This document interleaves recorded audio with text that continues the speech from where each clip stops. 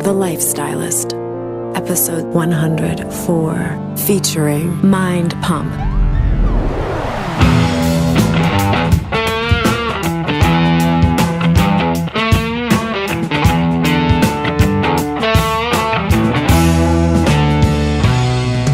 I'm Luke Storey, a former celebrity fashion stylist and founder of School of Style.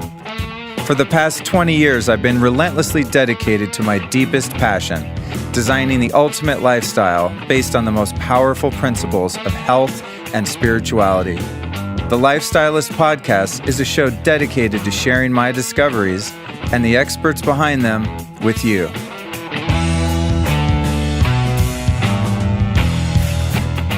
A huge part of my health strategy is taking medicinal herbs and medicinal mushrooms, and one of my favorite ways to take them is by making herbal elixirs. That's really tasty, hot and cold drinks. It's much cooler to take them that way than taking a bunch of pills. Like, who can remember to do that?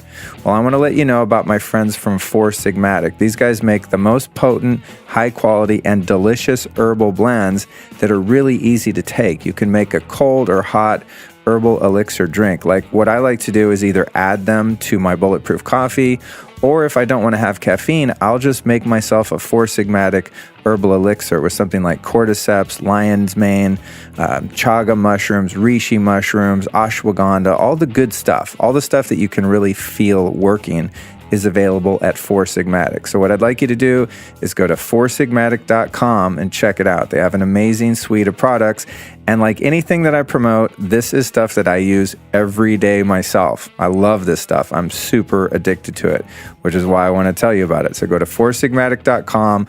But even better, when you're there, enter the code THELIFESTYLIST at checkout and save 15% off your order, which is pretty sweet. So enter The Lifestylist and save 15% at foursigmatic.com. This episode is brought to you by my friends over at Organifi. I discovered this product a few months ago, and it has changed the game for me. Everybody knows that green juice is good for you, right? Here's the deal, though. A couple disadvantages to your average cold-pressed green juice. A lot of times it comes in plastic, not good. B, it's usually loaded with sugar up to 25 grams, which is basically like drinking a green Coca-Cola. Not happening. Next is they go bad. You can't leave it sitting out, and they're really bad for travel. So I love my green juice. That's cool. Cold press. I get the sugar-free ones. I'm into it. But Organifi makes a green powdered superfood that comes in these little packets that are portable and you can take with you. So I keep them in my car and in my bag, and on demand, anytime I have a bottle of water, I can pour one of these in there and have an instant green juice. Alkalizing, energizing, gives you mental clarity. It's fantastic. It's loaded with 11 superfoods. A lot of the green powders not only taste gross and are overpriced, but they'll have like 200 ingredients. And I'm always thinking, how much of each ingredient is actually in there, okay? These 11 superfoods are the important ones that you need, like turmeric, chlorella, wheatgrass, spirulina, mint, moringa, ashwagandha, lemon, beets, matcha green tea, and coconut water. And it's sweetened with monk fruit, so it's got a 0 glycemic index. It's fantastic stuff. So if you want to check this drink out, work on your health in a way that actually tastes good and is super convenient, here's what you do. Go to Organifi.com, that's with an I, Organifi. Enter the code LIFESTYLIST and save 20% off your order. You guys know I always give you a hookup if I'm going to tell you about something cool that I discovered. So again, go to Organifi.com, enter the code LIFESTYLIST at checkout and save 20%. It's really good stuff.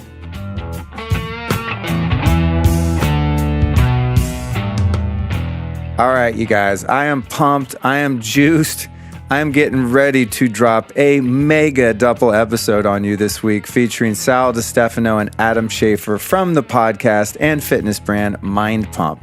Massively successful podcast, two super conscious dudes from the fitness industry.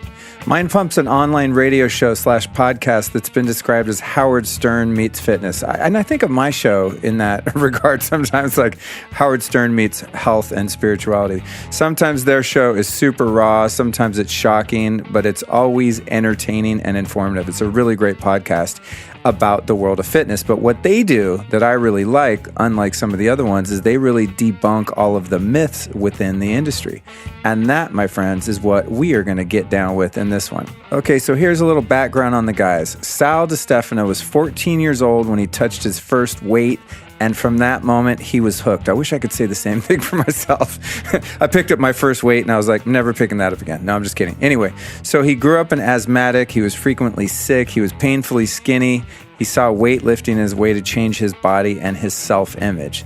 After 17 years as a personal trainer, he's dedicated himself to bringing science and truth, most importantly, to the fitness industry.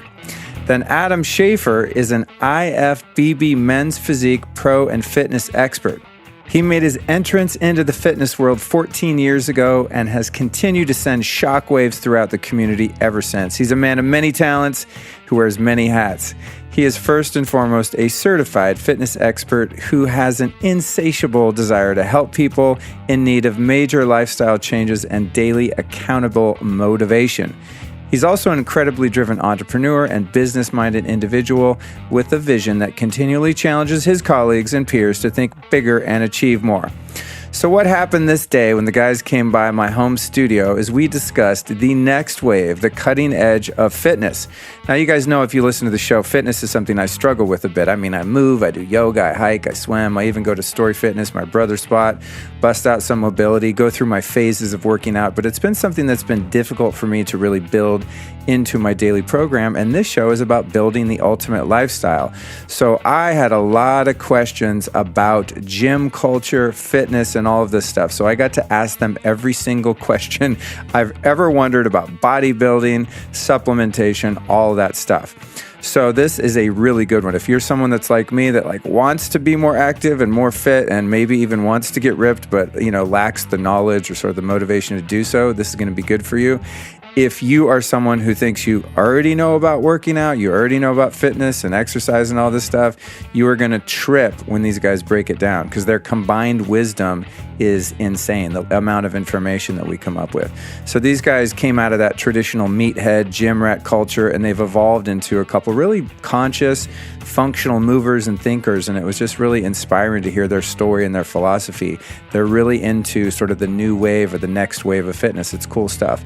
So here's what we talk about in this double epic episode, which, by the way, like most of my podcast, is also available in video form on my YouTube channel.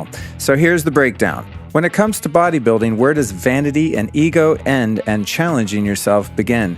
How carbs spike your blood sugar and why that might not be so awesome. How food makes you feel and how many people think they feel good until they know what feeling great feels like.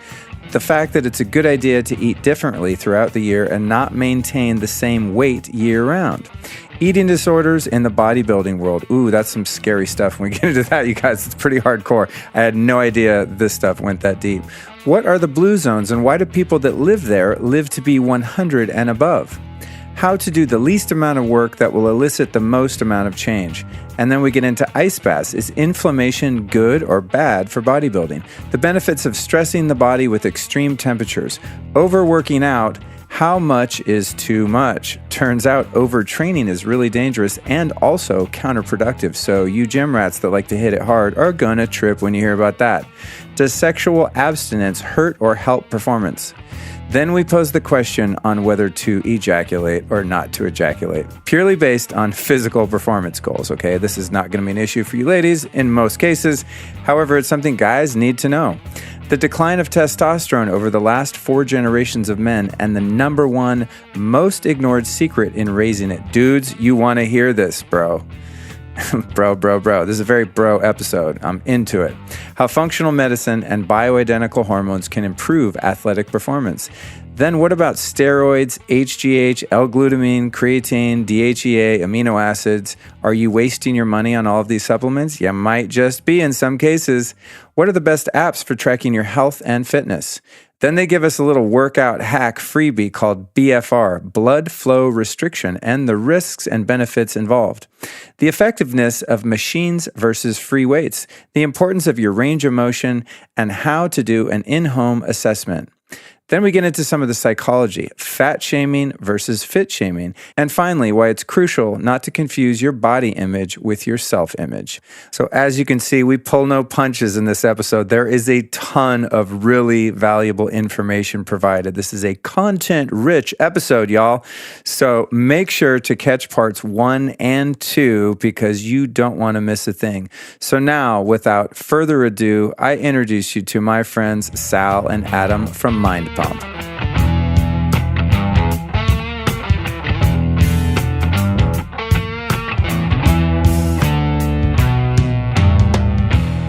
Humans, for thousands and thousands of years, starved all the time. We were malnourished. Food was a big issue. Then all of a sudden we had this huge influx of food. We have all this hyper-palatable food available at any moment, right? I can have any flavor I want. I can have it whenever I want.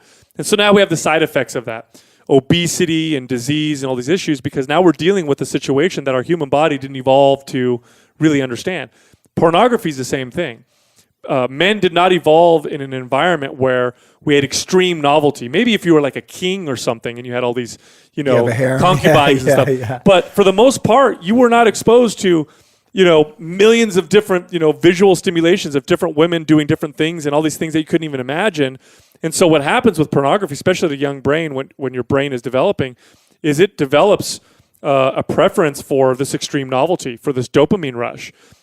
This, opening up multiple tabs and clicking on this video and stopping that one and watching this one and looking at this picture. And that's what people do when they watch pornography.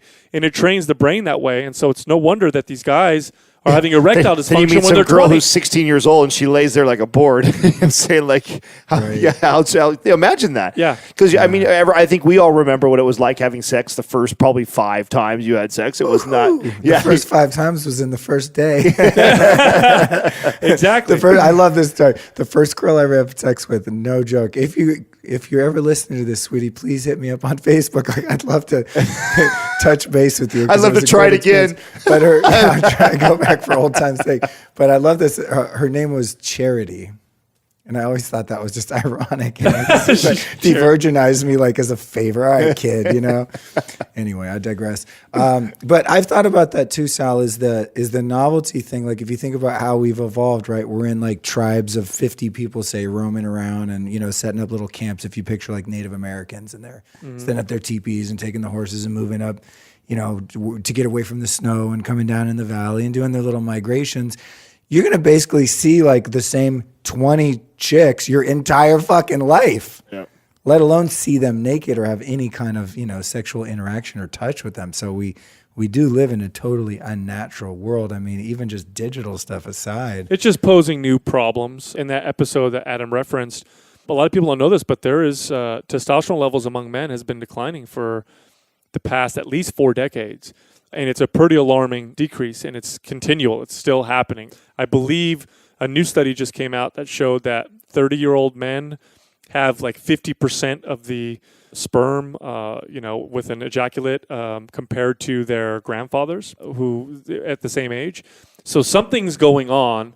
Part of it is, I blame nutrition. I also blame the exposure to endocrine disrupting chemicals like xenoestrogens, lack of activity. Men don't lift things anymore. We don't lift heavy things anymore. That stimulates testosterone better than anything. And our exposure to constantly being awake and to electronics and not sleeping. One of the best things you can do to raise testosterone is get good quality sleep.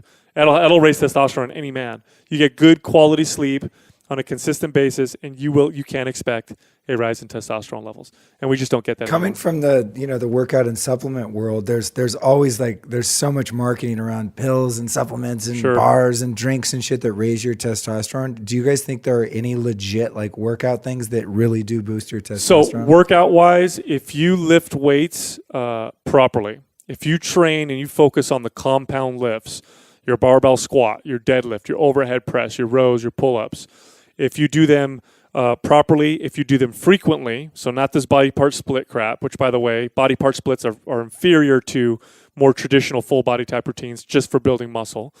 You do it frequently, like 2 or 3 days a week. Don't train to failure. Don't lift the weights until you can't lift them anymore. Stop about 2 reps short. Work on building strength. That right there is the testosterone boosting workout. Now, for women, it's also extremely effective. It will build muscle in women, and it will make them leaner. But for men, you will notice a rise in testosterone level training that way. As far as supplements, over any supplement. There's supplements out there on the market that claim to do all these great things, but there's nothing out there is going to surpass lifting compound exercises, getting sleep, and lowering your stress. God damn it! I want the magic pill. I don't want to lift anything. I mean, you could see eat more cholesterol, eat more saturated fat. Those are two things you could do. As far as supplements are concerned, if you have low testosterone, there are certain herbs that you can take that will raise it into the normal range. But if you have normal testosterone, they do nothing. So like ashwagandha is an example. Horny goatweed may do something similar. But you got to be at a lower level, and that takes you up to normal. Right. If you're somebody normal looking for the edge and you want the next thing, then nothing other than taking real synthetic testosterone is going to really do that. I mean, if you're not... When you hear like functional medicine doctors, you go get your hormone labs done, and then sometimes they'll prescribe like bioidentical hormones, to men or women, testosterone, estrogen, whatever. Is that the same thing as like juice, like straight up testosterone that you use to get fucking ripped, like steroids that are illegal, or is there? So they're going to tell you that they're different, but I've always, you know what I'm saying? Yeah. I've always wondered that. Yeah. So the way functional medicine doctors use these bioidentical hormones is they use them to supplement other changes, at least the good ones. Okay, use them to supplement other changes in your lifestyle. So they'll say something like, let's work on these things with your diet. Let's work on this with your sleep and this with your stress. And then we're going to add these bioidentical hormones because your DHEA is low, your cortisol high, your estrogen dominant or whatever. And then the goal should be to take you off those things as your body starts to regulate itself. So what they're trying to do is create this kind of step system. Now, the reason why bioidentical hormones are the same or similar to the other like taking steroids is if I took bioidentical DHEA or I took synthetic DHEA, both will suppress my body's production of DHEA. Both of them will have a negative feedback loop on my body. They'll like downregulate your body's anything own you ability, do. right? Anything you take exogenous into your body that gives you an acute effect, your body tries to reach a level of homeostasis by a number of different ways. It will reduce its own production of that, whatever it is you're taking. It will downregulate receptors. It will upregulate receptors for other countering hormones and chemicals. Your body will try and balance and regulate itself. This is why you build the tolerance. So as far as hormones are concerned, I definitely understand taking them to get you to the point where you don't have to take them anymore. But to always take them isn't the best option because you're not solving the problem. Like if I go into the doctor and the doctor says, hey, you have low testosterone, I'm going to give you synthetic testosterone. I'm treating the symptom, and I'm going to feel a lot better, of course, now but I'm not treating the reason. Why do I have low testosterone? What is causing that low testosterone? If I don't fix that, then I can solve the symptom. Well, you may as well be you're signing up for taking that forever. Then. That's it. Right. Yeah. That's basically it. Just like if you can't sleep and you do melatonin. Exactly. Right. Exactly. Exact same thing. I got on these like herbal sleeping pills like a few months ago, and they have melatonin like 4 milligrams, which is quite a lot. That's strong. Yeah, and I was like, I don't fuck with melatonin. I take kava and all kinds of herbs, but I was going through a really stressful period, so I got on them. And then the other night, I just realized, I was like, God, I sleep great, man. These pills are great. And I was like, dude, I totally forgot they have like a shitload of melatonin. So I'm like, I need to cycle off them and save them for emergencies when I like really need deep sleep or can't sleep or something like that. Yeah, because it's trippy, and it makes sense too. If you're doing something your body's supposed to be doing, eventually your body's gonna be like, all right, peace. Like I'm not gonna spend energy making your melatonin if you're giving it to me. Nope. Right? And that's how it works with pretty much anything. So say if you're doing the functional medicine thing and you're low on testosterone and you get a prescription for the patches or injecting or whatever, will you get ripped? Or is that like a next level of taking like a shit ton of testosterone? If you're low testosterone and you take testosterone to put you in the normal range and you're working out and eating right, you will, of course, you'll definitely notice. Testosterone is a very strong signal. It's the male hormone. It is what it's what masculinizes us, so it makes us men. It does signal the body to build muscle. It does change the way we store fat. It does increase libido. It does improve cognition. So if you're at low testosterone, you take it, you'll notice that you feel sharper and smarter and more confident and all these wonderful things. So yeah, you'll definitely, God, you take a guy who's low testosterone and you give him some injections of testosterone, he's going to feel like you just turned the lights on. It's going to change his life. And what about if you have a normal level and you want to go beast mode and like get ripped? then it gets into like juicing, like taking fucking. Well, yeah, we've both experienced that. I mean, throughout my career of working out, about 10, 15 years ago, you could buy over-the-counter designer steroids that were marketed as pro hormones, but there was this gray area. They kind of loophole in the law where but they were active steroids, and I would take them and I'd get these phenomenal results. It's a very aggressive aggro, confident boosting male feeling to have all this extra testosterone in your body, and it can be very addicting the way it feels. But yeah, I mean, you build more muscle, you're stronger, you're horny as hell. You can sleep less and have more energy. But once you go off of them and your testosterone levels are in the tank because your body was sensing this, exogenous hormones, then you go through this period of trying to get your bodies to build itself back up, and it's a fucking nightmare. I share a lot of this on the show because in my early 20s, I experimented a lot with synthetic testosterone, and to the point where now in my 30s, after 30 years old, I went and had my blood work done, and my test was in the floor. Like I was under your normal 250 free tests is what they would consider. Well, 400 to 1,300 would be like your normal range. I was like 230, and so I have to take HRT just to be normal. So this was one of the things that we talk a lot about on MindPump, where I remember being a young man thinking that was the answer to me building muscle, and that was the piece I was missing. I used to think that, oh man, okay, well, I work out hard, I eat right, and the only thing that separates me from the guys in the magazines is they must be taking steroids, and I'm not taking steroids, so I'm going to take steroids so I can look like that. And I was wrong. I never looked like that. I didn't look like that until I got into competing in bodybuilding, and that was not until I got into my 30s. And by that time, I'm now on HRT. But when I was... What's HRT? So hormone replacement therapy. Oh, okay. So his body stopped producing bioidentical. No, I take a synthetic testosterone. Oh, okay. So yeah, I actually take a synthetic testosterone injection that I do myself now. But I went and did blood work. I did this all the way back when I was 30 years old, and I knew that because I noticed my sex drive. My sex drive was horrible, and I thought, man, I'm only 30 years old. I should be wanting to have sex with my girl more than once or twice a week. This isn't right. And I didn't have a lot of stress. I shouldn't have been that low. And I remember going to get it tested, and the doctor looking at me going, oh yeah, no, you got really low test levels. And of course, it was due to all the experimenting that I did as a kid in my 20s, and not doing it right, not coming off the right way, taking way too much of it, thinking the more I did of it, the more muscle that I would build. And I learned the hard way, and I share this on the show a lot, telling people that it's not what people think it is. It's not as simple as, oh, you just take it, then you're going to get this big buff looking dude. Yeah. And even if you do, most people, as soon as they get off of it, it goes away because they're not doing all the other things correctly. Shortcuts always have, and people, of course, because I'm a bodybuilder, I'm a pro men's physique guy. It's a very common question I get asked a lot, and people used to hire me all the time, and they want me to help them with their steroid. They trust me. If Adam, you're a knowledgeable guy, can you help me? Can you tell me what to take? And I said, here's the deal, I don't want anyone to do that until they figure out what they can do with their body naturally first. I am the last one to judge anybody who wants to do that. If that's your body, do what you want with it.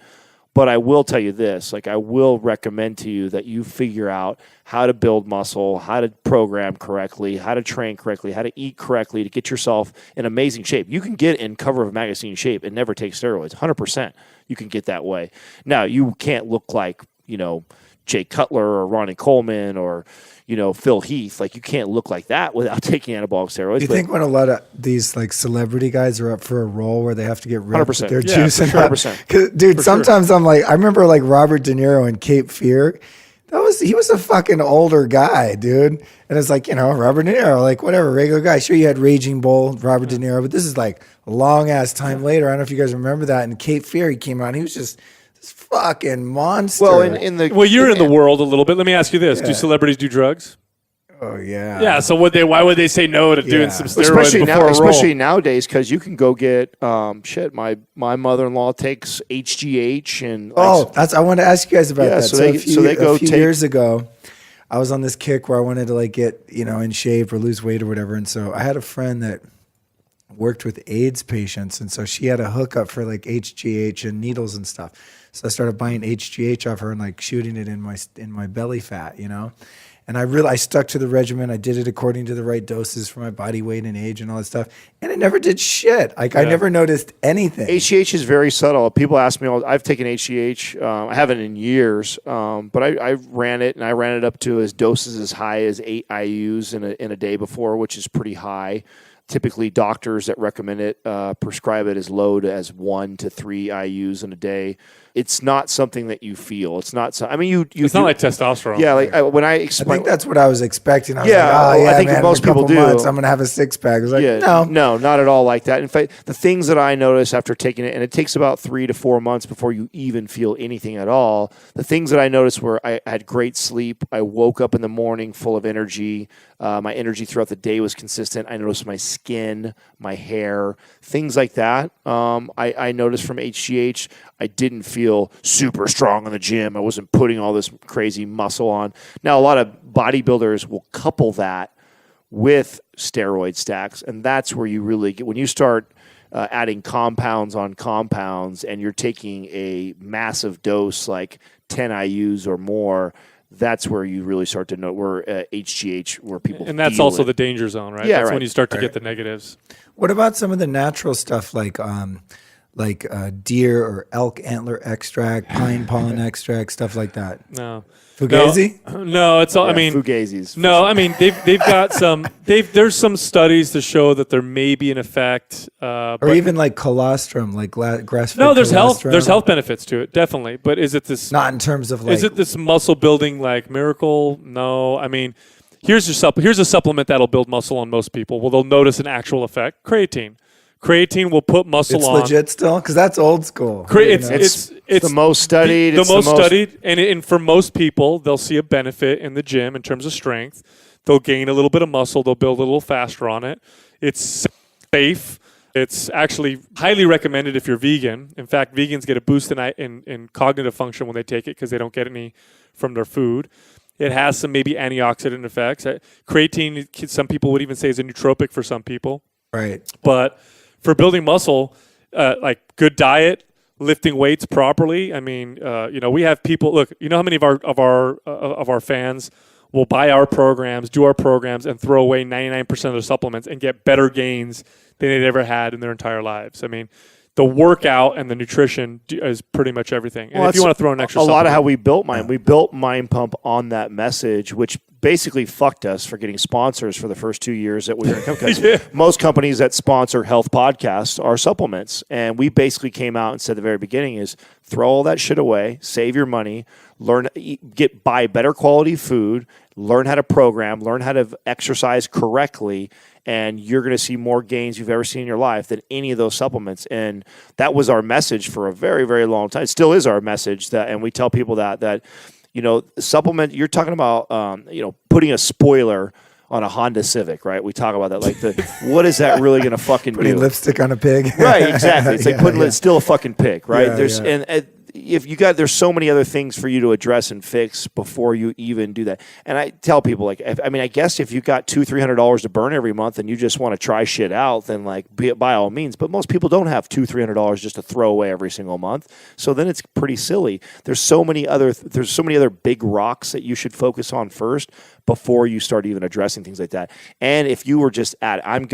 want to take a pill, Adam, give me a supplement. What's the best supplement? It's creatine. There's nothing out there that comes close to it. And even that, you're talking about very minimal as far as a few percent increase. Yeah, if you eat like shit and you have poor programming, like you don't really understand. Creatine ain't going to do shit for you. Creatine ain't going to do nothing for you. So what about L-Glutamine? So L-Glutamine is an amino acid. It's one of the most. I believe it's the most abundant amino acid found in skeletal muscle.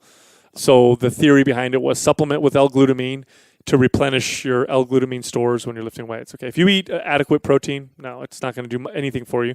L-Glutamine may have some benefit for some people for gut health, but L-Glutamine is also an amino acid that feeds cancer cells. So if you're in a pro-cancer state, if you're unhealthy and you take a lot of L-Glutamine, might not be a good idea.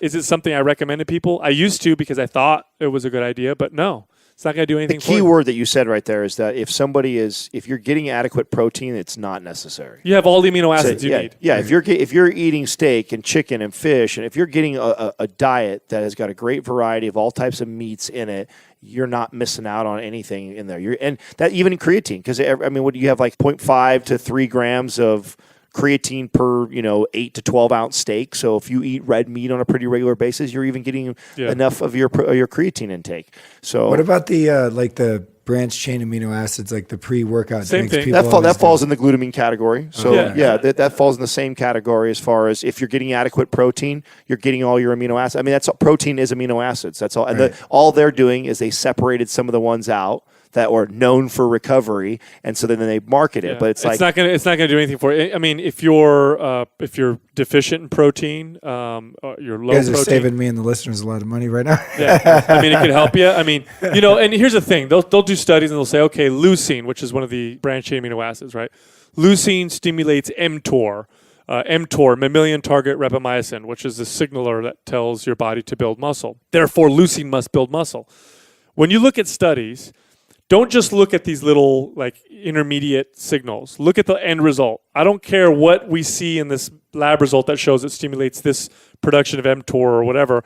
I want to see, does it build muscle? Does it improve performance? Does it make people build more muscle? When people eat adequate protein, supplementing with leucine does shit. Nothing. It's not going to do anything for you. Also, let's also consider what mTOR does besides build muscle. It is also a very powerful signal for cancer growth. So there's also a double-edged sword there. So when people learn that mTOR is this muscle-building signal, it became this drive in the supplement industry to stimulate as much mTOR as possible.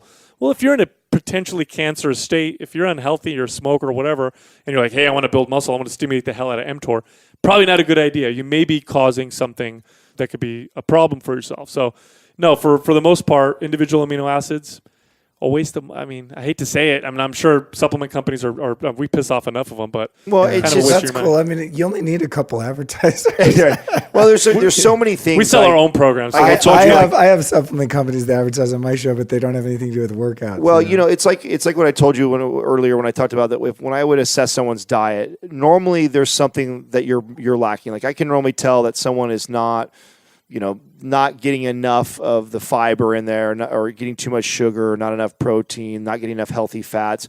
Typically, there is something almost in every diet I've ever looked at where someone's kind of missing. Me helping them tweak that does more than any supplement they could ever possibly think of taking. Like just literally pointing that out and saying like, okay, have you ever used a Fat Secret or MyFitnessPal, one of those apps, tracked your food for 1 week, then looked at it and go, okay, well, what's the RDA for fiber? What's the RDA for protein? What you look at what you're supposed to get and then go, oh shit, wow, I missed that a lot. Like, let's try taking that, or let's try eating more of that and seeing what happens. Like, holy shit, watch how you feel. It's amazing. So I that right there will trump not almost any supplement on the market. Careful saying that word in Hollywood. You have a bunch of Antifa thugs crawl through the fucking window and try and. It really will, though. I mean, if you address the things that your body is not getting, that it wants and it needs, it will surpass any benefits that you could potentially get from any of these over-the-counter bullshit supplements. I mean, if we're not talking about synthetic testosterone and we're just talking about branched chain amino acids, glutamine, creatine, what else? DHEA, what else we talk about? All these other supplements that are out there that are trying to market to you. If you fix the little things that are going wrong in your diet where you're missing nutrients that your body needs, it's amazing. Like, they're all responsible for making these systems run, and it's just like a car, right? It's like running a car and like putting the spoiler on it, but then the timing is fucked up, the tires are flat, and you have no oil. It's like, well, fix the oil, fix the tires. Like, sure, you could put a spoiler on it, but those things are going to make the car run so much faster and smoother. Don't waste your money on the stupid. I totally agree. This is a lot of, like I was telling you guys before we recorded, when I work with clients, something they always want to get into, because everyone wants to cheat and get ahead without doing work, right? So they're like, I need productivity. I want focus and cognition. Like, I want the smart drugs and the nootropics. And then I'm like, dude, I found out they drink Diet Coke or something. Like, your brain's full of aspartame, man. It doesn't matter what fucking herb I give you. Like, you need to get the aspartame out of your system, detox, do colonics. Right. It actually, you were mentioning like the, the health of your digestive system. To me, that's like, you just fix someone's gut and their colon and 100 other problems go away. Oh, absolutely. So, you know what I mean? It's like, that was when I get into health, that was the first thing I started doing was like a lot of fasting and colonics. And it was like, I was like a new man, and I didn't do anything else, you know? There is one little workout hack, though. I want to see if you guys have heard of this, and this is not a supplement, but it's actually a alternative cancer treatment. But I found out some people use it for like, when you really want to work out hard, and that is taking baking soda, like a glass of baking soda. It's like produces buffers nitric lactic oxide acid or something like that. So it's supposed to buffer lactic acid so you can perform and do more reps as you're lifting weights. What the fuck? How have I not heard? Unfortunately, here's like baking this soda, biohacker stuff. Now here's a tablespoon of it, or I gotta eat the whole box of it. I think it increases the oxygen to your cells or something. Yeah, but here's the thing: like, you have to take so much baking soda. I gotta eat like a box. You of wouldn't be baking able. soda. Yeah, you'd have a tough time working out. You may have diarrhea. And you may have some problems. It's not very. What's the word? I'll give you a workout hack since you like hacking and stuff. Here's a cool hack. That's like what I'm getting at. I keep digging. I'm like, I'm gonna find one shortcut here. BFR, blood flow restriction. So if you want a cool hack right now in the science training world, physiology, right? BFR is fucking cool. Yeah. Very, very cool. The research that's coming out on that. We wrote a guide on this 2 years ago. Yeah. I remember I just came across it about 2.5 years before, like maybe 6 months before that, when I remember bringing it to these guys, like, hey, check this out. Look at the research that's on this. We all dove into it. Super fascinated. Since then, it's completely evolved, and everybody knows it's all good now. But basically, blood occlusion is what you're doing. And where there's a lot of value to it, like big time, is rehab, your athletes, somebody who has like a knee injury they just had and you can't lift heavy weight. So the idea is that you tie off a limb and you're restricting the blood from coming out. So it allows the blood to go into the muscle, but because it's tied off, and you're tying it off with like a knee wrap, so it has elastic. You're not totally tying it off. You don't want to cut off blood supply. Not like a junkie. And we have a guide. So mind you, we wrote a guide for this exact purpose to teach people how to do this correctly and safely. So because it sounds crazy, right? You're tying off a limb to exercise, but basically the protocol is that you restrict enough that the blood can get into the muscle, but it takes a long time for it to get out. So you get all of this lactic acid buildup, and you get the benefits of sarcoplasmic hypertrophy. So basically, when we chase the pump, you get that burning sensation, all the blood and all the fluid runs in the muscle, and you get that, and it feels all pumped up and it's burning. Well, you're doing that, but now you're kind of controlling it by tying it off. You don't need to use heavy weight. Yeah, very lightweight. And the waste buildup in the muscle stimulates muscle growth, as if you were lifting. Or similar to like if you were lifting heavy weight. Now, it's not the same, so you can't replace heavy weights. But like Adam said, if you're injured, if I have a hurt back or whatever, but I don't want my legs to atrophy, and I can't lift heavy weight, what can I do? Occlusion training. And this is a real hack. It's legit. It's backed by lots of science. You're going to see lots of physical therapists start doing it if they're not already. I mean, it's very fascinating. Yeah, cool. That's interesting. It's not all the way out there because I'll still get a client every now and then who just had knee surgery, and then I tell them to go talk to their doctor about it, and then some of the doctors are just not up on it. That's just because they're not up. But then others are. It's starting to get around now. For sure, if you're talking to someone who's dealing with elite level athletes, all your hockey, football, soccer players are all savvy to it. Yeah, they're definitely on board and know that this is. I mean, it's brilliant because that was one of the hardest things when you're rehabbing somebody that has a condition like that where they've just torn ACL and MCL. Like, I can't go take that person squat, even though I know squatting is going to build their legs better than anything. I can't have them squatting after a surgery. You just described a current problem because my right knee's tweaked, and it's like a perfect excuse not to go work out because I'm like, how am I going to not like squat? So what we'll do, remind me when after the podcast, I'll give you access. I'll send you the guide over for free so you could try it out. So you have the protocol on exactly how to do it, and you'll tie off. It hurts. Yeah, it burns. It's not easy. Yeah, it burns. It's like fire inside your leg. Yeah. But it will prevent atrophy and possibly build muscle, and you won't have to use very light weight. And as the waist builds up, you really can't contract the muscle. It's quick. It's 5 sets. You're only resting 15 to 30 seconds in between, and you're done. That's it. That's all you do. Interesting. Hey, check this out. I recently launched something on my site called the Master Market. It's a super cool store where I've got different categories, whether it be spirituality, mind focus, outdoors, food, superfoods, supplements, bedroom, sleep, office, jet lag, biohacking. There's even a bookstore from some of my favorite books and books recommended by my guests. And what this is like a hub where you can go find all of the links to everything I've either used and vetted or am currently using in my life to build the ultimate lifestyle. So it's called the Master Market, Luke's Lifestyle List, and you can find it at lukestorey.com/store. Just go to my site and you'll see it in the navigation. Now, what's really cool about this is when you make a purchase through my store, I'm not actually selling you anything. I'm just curating a really dope place where you can go find the best stuff. So I get a piece of commission if you make a sale through the site. The vendor, of course, makes some cash because you buy, and you get a place where you can go and save time and money from not having to look around for the best stuff and do all the research yourself. But what's even cooler is most of those items come with a custom discount code if you go through my site, which is pretty cool. So it's a win-win-win, triple, trifecta win. Great way to support my work and the podcast and the show, as well as the brands and your own health and well-being. Check it out, lukestorey.com/store.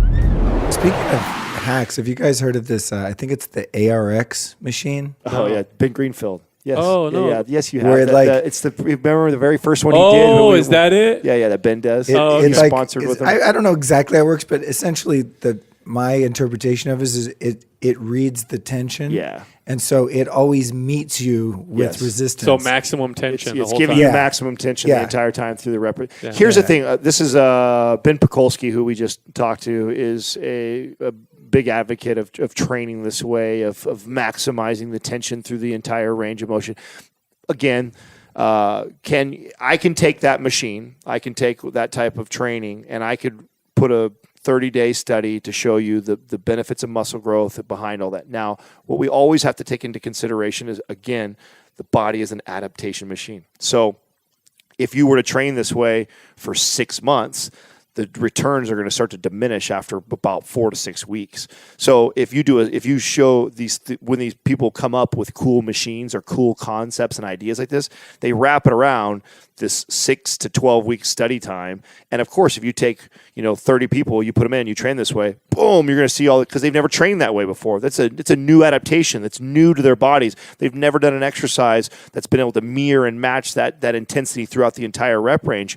But train that way all the time, and the body will get very efficient at it, and then the amount of muscle growth that you're going to get is going to start to diminish. And so it'll be important for you. This is why, too, like all the programs that we create, they phase you in and out. So you're never training in the same adaptation for longer than 3 to 4 weeks before we phase you into another trend. So like our programming is completely opposite of how everybody else is marketing. Everybody else markets, 30 to 60 days, the most muscle. We tell people it's going to take like a year. You should go through all this programming. You should phase in and out, and it should take you a year just to get through our entire programming. So, and that's because the body will, no matter how great a program, great a concept, great a machine is, sooner or later the body gets very efficient at that, and the results now become pretty norm. And now the best thing that person could possibly do is almost anything else, which is why when someone asks me a question like, hey Adam, what's the best exercise for this, I look back at it and I say, well, tell me what you've been doing. Right. And whatever you haven't been doing is the best one. It's also why I always tell on the podcast, I say this a lot of time, almost everybody is doing the things they're not supposed to be doing. What I mean by that is you have these camps, like you have the super crunchy hippie yoga people who meditate, they're mindful, they lift light weights, they do more stretching, flexibility. Those motherfuckers need some beast mode in their life. They need a little bit of intensity in their life. Then you have the type A people that grind at work, they don't take days off, they punish their body when they get to gym. Those people need to meditate a little bit, and they need some of that in their life. It's funny how we gravitate to what we love or what we feel comfortable with or whatever, but everybody seems to get stuck in their box. And the thing that we're always trying to teach people is you got to learn to have some perspective and ask yourself, like, fuck, have I been that guy for a while? Am I always meditating and doing yoga and stretching? And when was the last time I got after it inside the gym? Yeah. When you was just it? described my current trend for like the past 6 months. Right. And I was on like a really good kind of more balanced track there for a while, and then and then my knee started hurting and whatever shit happened. Right, and that's what happens to It everybody. sucks though. It sucks because I'm like, I could have been a contender. Like I was on it there for about a year. I was going strong. If people are truly honest with themselves and they reflect and have some perspective on it, most all of us tend to do that. Even myself. I mean, we've been doing this for as long as we have. Of course, you like to do what you're good at. Yeah. You're always I'm really good at sitting on my ass and meditating. We are. We're going to gravitate to the things that we enjoy and we like. And there's some. It's true because to some guys, like I tell them about meditation. They go, "Do you just sit there for 20 minutes, or like going in a float tank for 2.5 hours?" They're like, "Dude, what do you do?" I'm like, "Do? Yeah. You have peace, man. That's what every man wants. We just want fucking peace. I know how to find it." But the other side of it is. It's creating that balance. You mentioned two things actually I wanted to touch on with you guys, and you mentioned machines. So I want to talk about that, machines versus, more, I guess you could say, natural movement, and then the adaptation to the machines. And then you also mentioned range of motion, like being able to work with weight within your range of motion. So let's start with the machines, because to me, I've always had an aversion to gyms because I just go in there and my body's like, what the fuck are these metal things? Like, this is not fun. There's bad lighting, smells like rubber. There's like VOCs in the air. There's fucking EMFs. It's just like a gym typically is not a healthy environment. And then when you go to the machines, it's like, I would never do this 50 times if I was out in nature. Well, there's that school of thought. And then there's the adaptation to those very specific movements. But I know that you get a result. So if I want a bigger bicep, machines were primarily designed for two major purposes. All right, so I'm going with this. Rehabilitation and hypertrophy. So those were the two main purposes that machines were designed. So rehabbing somebody who has an injury, which is they're amazing for. You got an injury, I want to keep, like, if you got a shoulder issue, and I still want to work your bicep out, I want to make sure I'm blocking you in a machine that's going to lock your shoulder stationary where you can just focus on the bicep and work it out is awesome, because then I don't have to worry about you potentially injuring your shoulder because it's already injured, but yet I can still work your bicep. Awesome for rehab for things like that. Then hypertrophy. Hypertrophy just means building muscle. So if I have a specific area, like for the bodybuilder guy who's trying to build just his rear delt, getting a machine that works in this specific range of motion where I can attack a small muscle in my body because I'm trying to sculpt it and shape it, some benefit there too. Now you mentioned we never do this thing. Well, now if you're looking for functional, it's not the most beneficial thing whatsoever, because when are you ever going to do this or do or this? Be locked into a position. It's not functional whatsoever. But I believe that they both have their place. They both have their place and they have their benefit. If I had to choose one or the other, obviously functional, because that one's carrying over into real life. It's more bang for your buck with your barbells and dumbbells and kettlebells and those kinds of movements, body weight movements. But machines are a great thing to add. I mean, they're great frequency builders. We actually incorporate machines more so in one of our programs, MAPS Aesthetic, mainly because it's a great way to add frequency and volume to your workout, which is great for muscle hypertrophy. But it's not going to tear you up as much as barbell dumbbell movements where I'm fatigued on this particular day. I just did my heavy squats and my heavy deadlifts and all that stuff. So, but I do want to add volume and some more frequency to my training. Now I can go and use these machines, which isn't going to hammer my central nervous system as much. But they both have their benefits. I mean, there's lots of drawbacks to machines too. With the machine, I'm stuck in the plane of motion and what the machine says I'm supposed to do. And if I'm a tall guy or a short guy, or I'm a little wider or whatever, it might not be ideal for my body. Whereas with the free weight, it matches my body. Now, that being said, like Adam said, you could completely do away with the machines and do everything with free weights, but I don't think you could ever do away with free weights. So if you had to compare the two, free weights would be superior. It's interesting because I've been training with my brother, and he's like body weight, club bells, kettlebells, just all that stuff, bars, Ace bells, gymnast shit, the rings, all that stuff. Just it's all about like mobility and all that stuff.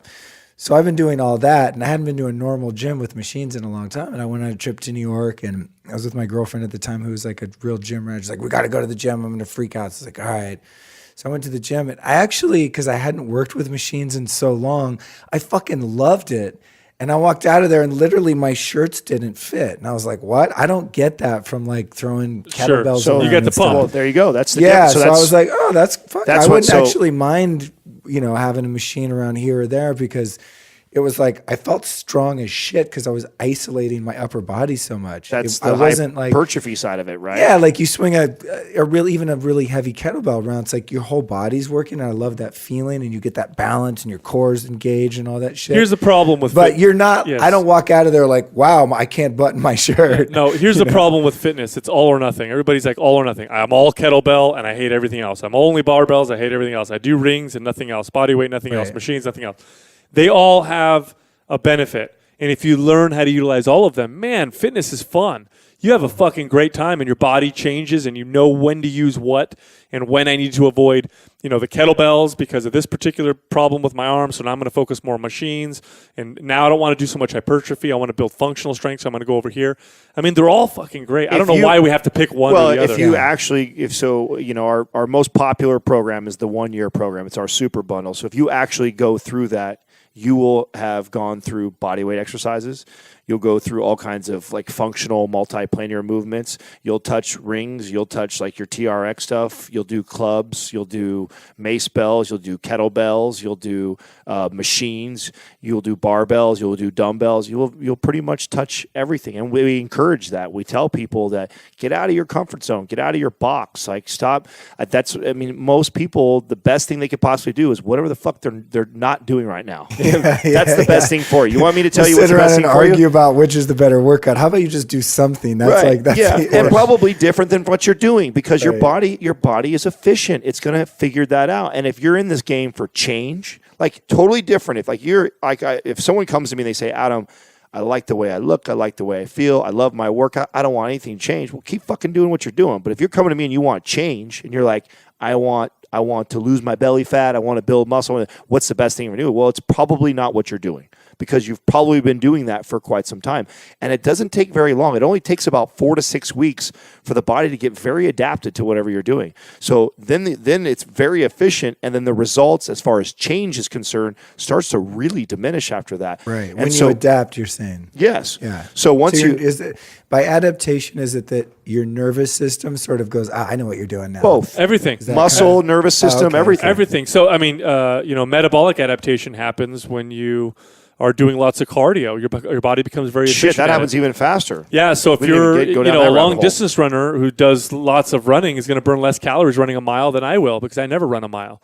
They're going to burn their body becomes Well, that's why marathon people don't disappear. I mean, if calories in versus calories out existed, the marathon people would disappear. Yeah, I their mean, body became as very- much as they run to train for the marathon and then run the marathon. Mathematically, if you were to break it down, like they would fucking In disappear. fact, they did a study on modern hunter-gatherers, and they're like, God, how does this work? Like, they don't eat that much, and they're so active. How are they able to even live? Like, this doesn't make any sense. And they did some pretty advanced metabolic testing, and they found that these hunter-gatherers, even though they were way more active than the average couch potato, didn't burn that many more calories. Their body had become very efficient. And it makes evolutionary sense. It makes no sense that your body would... Is this why there are so many fat joggers? Yep, absolutely. 100%. And also fat yogis, dude. Yes. Like I'll see like a yoga teachers are often fat. Yeah. Or they're skinny fat. So you have to look at Which is what, weird. But what they do like beast mode yoga. I mean, it's like hardcore yoga. No, and still, you have to look at what adaptation you're asking your body to have. So if I'm doing lots of cardio, what I'm asking my body to do is become very efficient with calorie burning. That's what I'm asking my body to do. And so the way it becomes efficient at first you burn lots of calories, but then your body's like, we got to become efficient because we need to survive. And the way it does that is you lose muscle. It doesn't burn muscle, but you start to lose muscle because muscle's expensive. It's lighter. Think of it evolutionary, like you said. I mean, you're basically, your brain is thinking like, Adam is making me travel 12 miles every day really fast. I need to get rid of some of this extra weight. Mm-hmm. And so some of that is fat, but some of that is muscle also. And you don't need lots of muscle to And then do it that. says, how do I conserve the little bit of food that he's feeding me every single day? I mean, cardio is one of the worst ways for you to burn fat.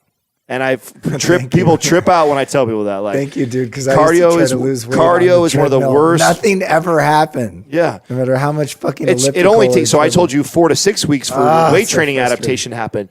For cardiovascular, that starts happening 2 to 3 weeks. It's quick, man. 2 to 3 weeks of doing the same type of cardio, your body's getting real efficient. Yeah, if you want to burn body fat, the best thing you could do is to tell your body to become less efficient with its calories. And in order for your body to do that, it has to have a good reason. And the good reason is, I need this muscle to be stronger and bigger to lift these heavy objects. Your body doesn't know you're in the gym. It thinks you're trying to survive. Resistance training, by far, long-term, is the most effective form of exercise. If you had to pick just one, we don't think you should. We think you should do a lot of things. But if you just had to pick one to maintain a lean body weight, resistance training. Nothing is more effective. It'll speed your metabolism. We've had so many clients come to us who were these bikini competitors who starved their bodies and did shit tons of cardio. I'd have these bikini girls come to me who were doing an hour and a half of cardio every single day and eating 1,000 calories a day. That's it. And anything more than that and they gain weight, their body had become so efficient that if they stopped doing that, they would balloon up. Oh, so they box themselves into that. Yep. This happens quite a bit. It's very, very common in the competitive world. These competitors, what they've proven is they have incredible discipline that they can say, hey, the next 12 weeks, I'm going to starve and train hard for 12 weeks. And they do, and they get on stage and they present their physiques, and then they go to shit afterwards because they can't maintain that. It's not realistic. Who the fuck is going to do cardio 2 hours a day plus a training session and only eat 1,000? Like, that's just not realistic. Yeah. Nobody can maintain that. Yeah. Right. Not long term. The other thing I wanted to touch on was something that you alluded to, and that was the range of motion. So I know for myself, like there's some movements that I want to do and it sound exciting and I'm sure are good for me, but I lack the range of motion in some of my joints and things like that. So how can someone assess their range of motion so that they can work within that safely in terms of weight and things like that, like adding load? So I want to change your life after this podcast. Okay. So you know. And if you find that you have limited, like my hips are just, they're made of fucking concrete. You know what I mean? So it limits a lot of stuff that I want to do. So how could one, assess the range of motion and then increase it? We actually, I believe we're the only person who's done this, that's created a program at home in order to do this. So it's an at-home assessment that you actually put yourself through an assessment to figure out what areas you're lacking this range of motion, and then what areas you need to address, and then what movements to do. Most of it is a neurological disconnect. What ends up happening to us, like if you ever looked at like a toddler who's playing with toys, you ever see how they sit down? They sit all the way down, and they could sit there in that squatted position and play with toys. Little bastards. Right. So I get jealous when I see the crazy part, though, is that was all of us. So at what point in our lives did we lose that? And why did we lose that? And do we still have that? And can we still go there? Like if I laid you down right now and I shoved your knees up into your stomach, I could get it up all the way just like I told you. So you have the range of motion. It's there. But maybe if I asked you to squat all the way down like a toddler, you might not be able to do it. Maybe you'd fall over or you fall forward or you just wouldn't be able to get down there. So, and that's because you've lost connection. The muscle's there. The range of motion is there. You've lost a neurological connection. And so we have to repattern that. We have to get back to that. And and there's exercises to do that based on the area. Right. So that's just an example, but that's what this program, it's MAPS Prime Pro, that we created, and it was, okay, how does someone assess, figure this out, and then, okay, what movements does this person do to get that range of motion back or get that connection back to that range of motion? Range of motion is literally what you can do with good control and stability. That's your range of motion. So if it's short, that's what you're working with, and your goal is to start to move it, lengthen it little by little, gain more control, more stability in greater and greater ranges of motion. If you train outside of that range of motion, where you don't have control and stability, now you have injury. So that's what I'm getting at. Yeah. Right. So like, I think that's a lot of people. They're like, okay, January 1st, I'm getting in shape. I'm going to go bench press a bunch of weight, and they fucking have locked shoulders. Right. And it's dangerous. So a lot of people think flexibility. This is like and I don't want to be polarized for or against anything. We kind of talked about the dogma of it, but that's sort of like, I see a lot of people coming out of CrossFit, like, it really tweaked because they try and do things that their body's not ready to do. It's intensity focused. So a lot of people think stretching. Stretching is going to give me the range of motion that I want. Now, stretching is going to give you a passive range of motion. So if I do a bunch of hamstring stretches, I'll be able to bend over deeper. But do I have control of that range of motion? No, I don't, because I didn't connect to it. And so what I've actually done is increased instability. So I can't tell you how many yoga instructors. Dude. Yeah, I can't tell you how many yoga instructors I've had come to me. Like bendy people that don't have stability. It's terrible. Okay. So So flexibility without strength is instability. Okay. Right. It's just as bad, maybe even worse than being super tight. You want to be connected to that range of motion. Dude, I just interviewed a next level yoga teacher in New York. She does this type of yoga called Katona yoga, and she said the exact same thing. Because most yogis are like, oh, I'm so flexible, I can do this bendy thing. And she said that same thing. She's like, flexibility without strength is fucking whack. Right. However she put it, she's like, real yoga, real good yoga tells you to connect to the movement. So if I'm in Warrior 1 or Warrior 2 and I'm doing this pose and I'm stretching, they literally tell you, do not sit in your end range of motion. Don't let the mat hold you up. Don't let you have to stay tense within the poses, because what they're telling you to do without realizing it is to connect to that new range of motion. So if you're stretching your hamstrings, if I'm on the floor and I'm just trying to touch my toes, one of the best things I could do is resist with my hamstrings and connect to that new range of motion. And that's just a simple technique. And it gets more complex. And like Adam said in our program, we walk people through how to do that. And what you end up with is real range of motion, real mobility. So not just I can bend my leg up here, but I can bend it up there without having to hold it up with my hand, and I can squat real low with good control and good stability. And now you have, injury avoidance. You have full range of motion that you could do with resistance training, where you build more muscle and you feel much better. But you have to be connected to those ranges of motions. If you're not, then you might as well not have them. The exciting part is that anybody can get there. You can get there still, even if you've lost it. Oh, you would trip. You would trip at how much you could progress with the right programming when it comes to, like you said, range of motion. Yeah, well, I believe what you were saying, like when you look at an infant and their range of motion and the ability, I know that my body still has that somewhere. That's the thing. But I really make the connection, how you said the nervous system doesn't know that. Right. Or it's forgotten that, or I become... I've adapted to sitting in an office chair. I've had like negative adaptations that make my nervous system think that I can't do this or that. Right. I mean, you could use that as a perfect example also. The most common syndrome found in people is upper cross syndrome, which is the rounded shoulders and the forward head. And what ends up happening is all these muscles up here are overactive. So we're sending a ton of neurons here. So they're overactive. They're contracted because we do everything here.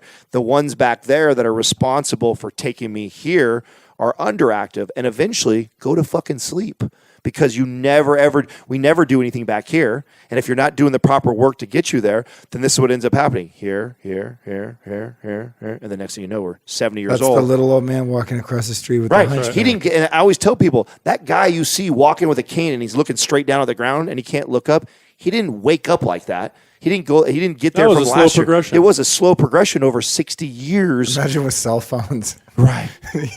Oh, you're seeing forward head and kids. Yeah. It's interesting to see where we're going with all that stuff. So it's pretty crazy. So I got one more question for you guys, a little off the beaten path here from where we've been going, more on the psychological tip, but we're coming up on an hour and 45 minutes here. Definitely going to be a double episode, which is great. Thanks for hanging in there, no problem, guys. When you want to interview someone, they're always like, well, how long is it? I'm like, it's an hour. And in my head, I'm like, hopefully not. Like, hopefully we can keep going, because who knows when you guys are going to be back down here. So this has to do with something that I see on social media a lot, and it kind of gets into the political correctness zone a little bit. And that is like this whole idea about like fat shaming and, not feeling bad about your body if you're overweight or you don't fit the status quo or you're not a supermodel. And this is, I don't have a position on this, and I expect you guys to either, but it's just something. Oh, we do. It's like a psychological and social sort of phenomenon that I trip on, because there's two sides to it. There's like, sure, man, love and accept yourself no matter like how tweaked your body looks, or if it doesn't fit the norm, or you don't look like a model on the cover of Maxim magazine or Playboy magazine. We're like, cool, that's great. I try to love myself. Things about my body I really don't like at all, and I just do my best to accept it. But then there's the other side of it, which is like celebrating someone for being morbidly obese, and maybe they're a parent and they're like, I'm fucking fat and I'm owning it. It's awesome. I live on pizza and I love myself, and they're gonna die and leave their kid a fucking orphan. No. It's like, no, there's two. What's the deal? You know what I'm getting at here? There's two pieces to it. We address this. Yeah. Okay. Number one, don't confuse your body image with your self-image. Damn. I want to do tweetables on the show. Sometimes people say like nuggets like that. And I'm like, we'll put them in the show notes. Yeah, that's very important that you don't do that. Say that one more time. Don't confuse your body image with your self-image. So God, you don't want to identify with your body, whether you're fit and ripped or whether you're obese and out of shape. Once you identify with your body, like a true yogi now. Well, once you identify with your body, you develop problems. You develop issues with mental wellness and overall health. I mean, we've encountered many people who are very unhealthy who look super ripped and fit, just like there's people who are obese and who are also unhealthy. The people who are obese who are saying, I don't care, I love my body, I'll do what I want, I'll eat this pizza, they're doing the opposite. They're also identifying with their body, and they're trying to promote. It's very false. It's actually quite false. They're not listening to their body. They're truly not content and happy with themselves, and so they're putting out this external, look at me, I'm making all this noise because I'm trying to feel good about myself, when in reality, their quality of life is probably not that good. Nobody can argue that a 300-pound man isn't going to have a increased or improved quality of life if they weigh 200 pounds and improve their physical health. Nobody can argue that effectively. So there's a problem when I hear people saying this whole fat shaming, and what's happening now, and unfortunately, I mean, not fortunately, unfortunately, but this is just what's happening, is obesity is becoming so normal. Because it's so normal now, people are pushing themselves almost to be that way and make fun of people who are fit. Fit shaming is actually much more common than fat shaming. That's funny. And it's very interesting. There was a mom not that long ago who posted on social media. She got in very good shape. She had 3 kids, and she's like, "Oh man, I got in great shape, and I have 3 children. What's your excuse?" And it was this motivating thing. Oh boy, did she piss a lot of people off. And she got fit shamed like crazy. I've gotten fit shamed. I've gone to parties and people want to offer me a beer, and I'll drink if I want to. I just didn't want a beer. But people all of a sudden feel like it's okay to make fun of me and say things like, "Oh, come on, you can let your hair down. What's the big deal? Just have some beer." And it's like, well, I just don't want one. It's not a big right. Deal Imagine if you did that to a fat person who was eating Oreos. Hey, just put that down. You don't need any more of that. Like exactly. It's the same thing when you think about it. Right? I really think, look, be okay with who you are. You can have a body image that's different than your self-image. I can look at myself in the mirror. I can weigh myself. I could feel myself and say to myself, man, I'm not healthy. I'm a good person. I'm still a good person. I still love people. I'm just not healthy. I need to change that. It's very different from looking in the mirror, feeling my body, feeling how I feel, and saying, man, I'm unhealthy. I'm a piece of crap. I'm a shitty person. You don't want to do that either. It's very simple. Our body's a vessel. And the way it looks is a reflection of how you take care of it. Yeah, that's it. It's separate from self-image, and if it's and it to each their own how you want to take care of it. But I think to fool yourself into thinking that you're taking good care of it, I think those are insecurities when people are on both sides, both the fit side and the overweight side, when they have to project this. Look at me. It's like right away to me that just throws up a flag that there's something going on inside that you feel the need to point that out. Right, because if you were, say grossly obese and you actually did accept and love yourself, you wouldn't have to talk about it. No need to talk about it. It's just like no need to share it. When a liar's like, okay, listen, I swear to God, this is the truth. I'm not lying. Right. Here's what happened. You're like, okay, you're about to lie. It's like otherwise you wouldn't say that. Right. To me, you leave someone alone in your house, like, just so you know, I'm not going to steal anything. Right. Like, why did you say that? It's like, it's a tell. It does. It screams insecurities right away on both sides, both the fit side and the fat side. When we feel it necessary to talk about that, like, oh, I'm so this or I'm so that or I'm so proud to be this way. It's like, well, just be that. Now, I will say this: it really gets on my nerves when I have to pay for someone's unhealthy habits, when my plane ticket price goes up because now they have to accommodate overweight people who have 2 plane tickets, or when, that's what gets on my nerves, because then they say they're being discriminated when in fact they're not being discriminated. This is their choice. They choose to live this way, which is fine, but you also can't expect an airline to give you 2 seats for the price of 1 because you don't fit in one seat. Those are the things or when you sue a company like McDonald's for your obesity, or you make fun of fit people and skinny people because because you don't because of the way you look, or now you can make fun of these other people. Like I see women who are thin who it's like open season to make fun of them. Like, she doesn't have a butt. Men want meat, girls with meat on their bones. Like, why is it okay to shame skinny girls? It's not okay to shame fat girls. It shouldn't be okay to shame skinny girls or fat guys or skinny guys or anybody. Like, let's just all be cool, be who you are. Don't identify with your body. Live how you want, and I think we're going to be okay. Yeah, that's a really good answer from both of you, and I think that's a great kind of takeaway is that we focus so much on the physical in this episode because it's what you guys are into, it's what I'm into, but you do always have to remember that you're not your body. It's just like the same thing. That's why I said that's very yogic, because you're not your thoughts and you're not your body, and it's so easy. I mean, this is me. Like I get out of the shower and I look up every day, dude. I look at my stomach and I'm like, fuck, I don't like it. I don't hate it enough to actually go work out really hard every day, So it's like, then I remind myself, you're not your body, dude. It's cool. You're 46, like you got a little belly, whatever, But I'm also not just going to totally let it go. That's the thing. Like you said, it's your vessel. And it's like, I have a car. I want to take care of my car. And my meat suit here is the car for my soul for however many years this heart keeps beating, So I like that kind of balanced approach. So Thank you for that. It's a nice thing to close on. No problem. Thank you. So, guys, man, really, wow, mind-blowing talk. I had a feeling we were going to get into the zone, and we did. I want to thank both of you for coming. Before we end, I have my classic every episode 3-part question, and I got 2 of you, so we're going to get 6 answers. Who have been 3 teachers or teachings in your life that you have benefited from? It could be in the area of fitness or just life in general.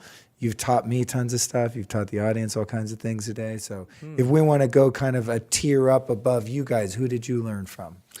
Wow. I don't know. I was going to ask that. I'll give you 3 right now. That's I'll give you one. I'll give you one who's a normal person. I think was some of the best advice I ever got. It was when I was 22 years old. Man became a very good friend of mine later on.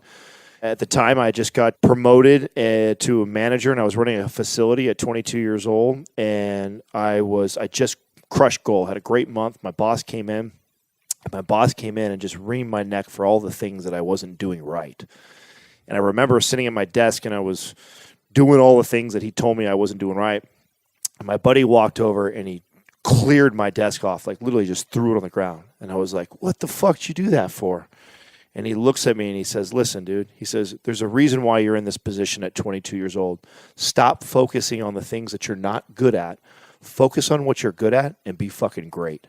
And that forever stuck with me. That's huge. Yeah, it was. It was the best advice I could ever received at that age, and forever it shaped and molded how I approached life and all things. Is I stopped dwelling on the things in my life that I wasn't good at, and I began focusing on the things that I already was good at and that I enjoyed, and I focused on being great at that. That's why I'm sitting here on a mic instead of doing math problems. Right. So okay, that's good. That was a normal person that gave me that advice, but it was some of the most powerful information that I'd ever received. And man, I tell you what, it's going to be hard to just give you 1 or 2 from the. It could be a book, or anything. Well, I could tell you one of my favorite quotes. Whether you believe you can or you can't, you're right. Because I believe Henry Ford said that. I remember reading that as a young kid, and I remember thinking like, "Whoa, that was so profound to me." In realizing my true potential, and a lot of it lied in whether or not I believed I could do something. And so I've always tried to live by that after learning that, and just believe that I could.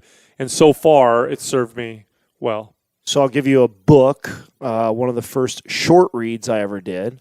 It's an easy read. You knock it out in a day. It's called 1 Minute Manager. And the biggest takeaway that I took from that book that changed forever how I led, the premise of the book is this guy's just Fortune 500 company, kills it.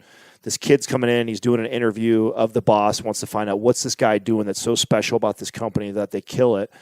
And he's interviewing all the employees, and he's asking them all the basic questions. Well, does he hold you accountable, and does he reprimand you for this? And they're like, no, we don't really see him that much. No. And he's like, what the fuck? What does this guy do? He's this great leader, but doesn't seem to do anything.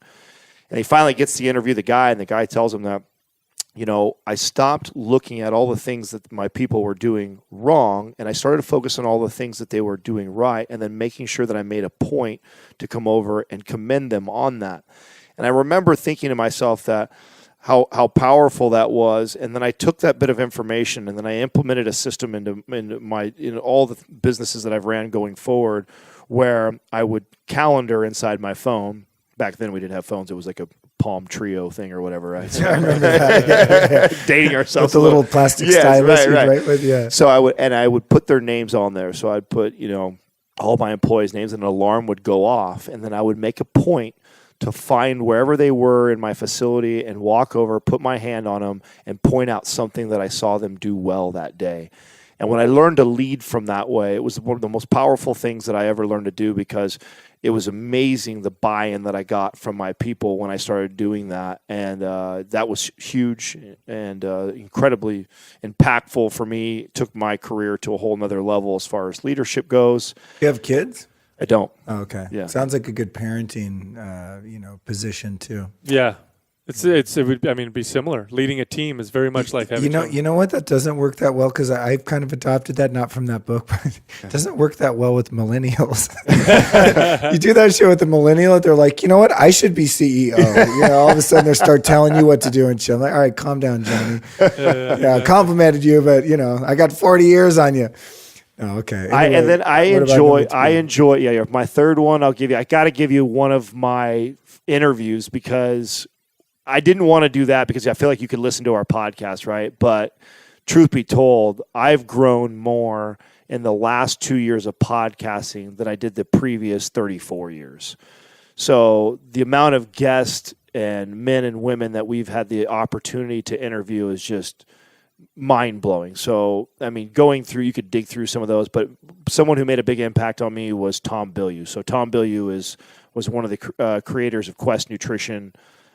He's just those bars. Yeah. Oh, okay. Mm-hmm. Wow. Yeah. So reached $1 billion in revenue. It's one of the fastest growing companies in the last decade, and he's now starting another company called Impact Theory, and he's just got an incredible business mind. You can find him all over on social media under Tom Bilyeu or Impact Theory. He's got all kinds of great stuff. He puts out incredible content. He's got a YouTube channel where he's got tons of brilliant minds on there. But having interviewed him and spend several times talking to that guy, the amount of information that he spews is just, I've probably read 2 or 3 books that he's recommended and taken a ton of gems from his interview. So look him up for sure. Cool. Awesome. Thanks for that. Excellent. You got a couple more, Sal? There's a quote that I read from time to time by Teddy Roosevelt. And it's the You're man in the the OG arena. American founders, huh? Oh yeah, That's and cool. it's. That's cool. The guy was a real. I talk about like the archetype of the man, right? Manly man. But there was a great speech that he gave, and there's a quote within it, and it's actually quite popular now. People, especially in our field, will post it on Instagram and stuff. But I found it a long time ago, and it's called "The Man in the Arena," and it basically it's a long quote, but it talks about how it's not the critic who counts. It's the man who's in the arena, who's the one doing the work, who's fighting, and who knows what it's like to succeed, but also knows what it's like to fail. But it's better to know those two things than to sit and not know either of them, to be a timid soul. And that, for me, resonated very strongly, because at the time when I had discovered that, I had started a business that hadn't succeeded. It was very difficult. Because up until that point, everything I touched was gold. Everything I touched succeeded. And it was my first time experiencing failure. And, you ask yourself after you have a big failure, especially if you're an entrepreneur, it kind of tests you. And you ask yourself, why am I doing this? I lost all this money, and I realized that it's not, it's because that's who I am. I'm not the person to sit on the sidelines and judge others. I need to be in there making it happen. And I'd rather fail. I'd rather fail and try than never have known what it was like to even try. And it's something I read to myself. I don't read it so often nowadays, but at least once a month I'll read that quote and remind myself what resonates with me. And it's really that I'm the person in the arena, and there's lots of critics, and that's okay. And I'd love to succeed, but failure is awesome too. I'd rather bleed. Spoken like a true entrepreneur. There's I always forget where I read this, but there's something I read about entrepreneurs, just the traits of like the successful ones. And it has to do with that thing of being willing to give it a shot, not quitting and all of that. But the crux of it is that an entrepreneur is just smart enough to have a great idea and to execute it and to start it, but just dumb enough to not be able to calculate the risks. That's right. We talk about that all the time. Yeah, I know what it came from. It was about, it was an article, I think, about like the 10 highest IQ humans in the world and the fact that they all work for someone else. Like they're all bean counters. Entrepreneurs hire them. Yeah, exactly. Entrepreneurs hire High school dropouts like my ass hire really smart motherfuckers. That's right. Entrepreneurship is jumping out of a plane and figuring out how to make a parachute on the way down. Right. That's how we roll. Yeah. And that's how I've started almost every business I've ever started. And you got to be cut out for that because it's scary and painful. You know Absolutely. what I mean? I've never like started a venture, put a lot into it. I had to just totally flatline. But the ups and downs of just like my other business has been 9 years, just started from like literally an idea, a light bulb bing, and all the different things that you have to learn along the way, like leading and managing and things like that. It's like, what? You just hire someone and they do the shit they're supposed to do, right? It's like, no, dude, you got to read books about how to lead them. Oh, God, really? You got a third one? No, I can't think of a third one. All right, we'll let you off the I was hook. bracking my brain. That's all right. You guys gave like multifaceted answers on that. So lastly, we've talked about your podcast. Where can we find you guys on social media, podcast, website, anything you want to point people to? So the podcast is MindPump. We're on iTunes, or we're on Stitcher. If you have an Android, you can find us. You can use an app. Podcast Republic is another one. Our website is mindpumpmedia.com. That's where you can find all of our programs. And on Instagram is where we're most active. Our Instagram page is MindPump Media. And then there's 3 of us. So you heard me and Adam talking. My page is MindPump Sal. Adam is MindPump Adam. And then our other host, Justin, is MindPump Justin. We also have a YouTube channel too, which is our MindPump TV and our Mind. So we have 2 YouTube channels, MindPump TV and MindPump Radio, where every day we drop a new video on there also. Damn, you guys are like putting out a shit ton of content. We do. We do 5 episodes a week on the podcast, and we do a YouTube video every single day. Yeah, are you serious? Yeah. You guys are like John Dumas, man, Entrepreneur on Fire. Yeah. Homeboy puts out a show, I think, like every day. Yeah, Oh, really? Yeah. Oh, shit, we got to match 5 or 7 days a week. Yeah, that was we do 5 days a week. Oh my God, that's crazy. So you must have like a shit ton. How many downloads do you guys have now at this point? Do you know? Total downloads? Yeah. I don't know, Yeah, but no. we're we do over 1 million a month. Well, now What? we're approaching like 2. We're approaching 2 now. Oh 1.5 my a God, day. good for you, man. That's amazing. Yeah, it keeps us busy, dude. That's crazy. 1 million. I was like, I want to get 1 million by the end of 2017. I'm like, man, I need to like up my goals. It took us a year to get to 1 million downloads the first time. Yeah, it took Okay. a year It took to us get a That's there. year. about where I'm on track. And for. then A year and a then couple after months. that, we just and we've been Good for growing you, ever since. man. That's awesome. Thank you. Cool. All right. Well, thanks for coming by, guys, and welcome to Los Angeles. Thanks, thanks, brother.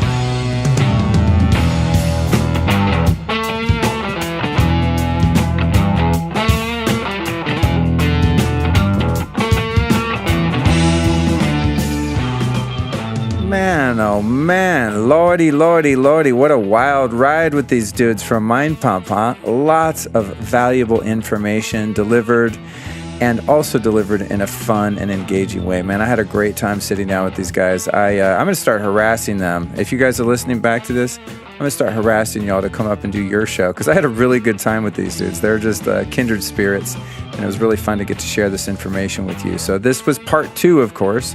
I'm assuming that you've already heard part 1 if you're hearing the outro to part 2, but if you haven't, dude, this was a rich conversation, so make sure you go back and catch part 1 if somehow you slipped and missed that. And I want to thank you, the listener, for letting me invade your brain with information like this on a weekly basis, or in this case, a bi-weekly basis when I do these massive epic 2-part episodes. Basically, the way I do it is if we go over 2 hours, I break it in 2. If it's an hour, 20, hour and a half, maybe one long one. But I want everyone to have the opportunity to make sure that they hear both episodes, because there's just so much good content given. So thanks to Sal, thanks to Adam, the guys from MindPump. Make sure to check out their podcast if you want to hear more of this.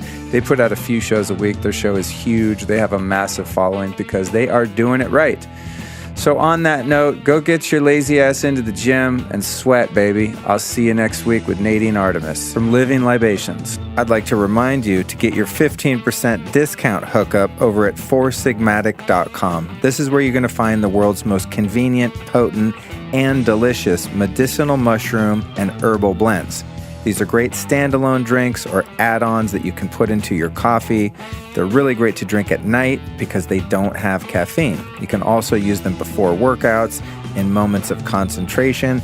They're just amazing little packets of magical power. So enjoy that 15% discount by entering The Lifestylist at foursigmatic.com. Again, the discount code is The Lifestylist at foursigmatic.com.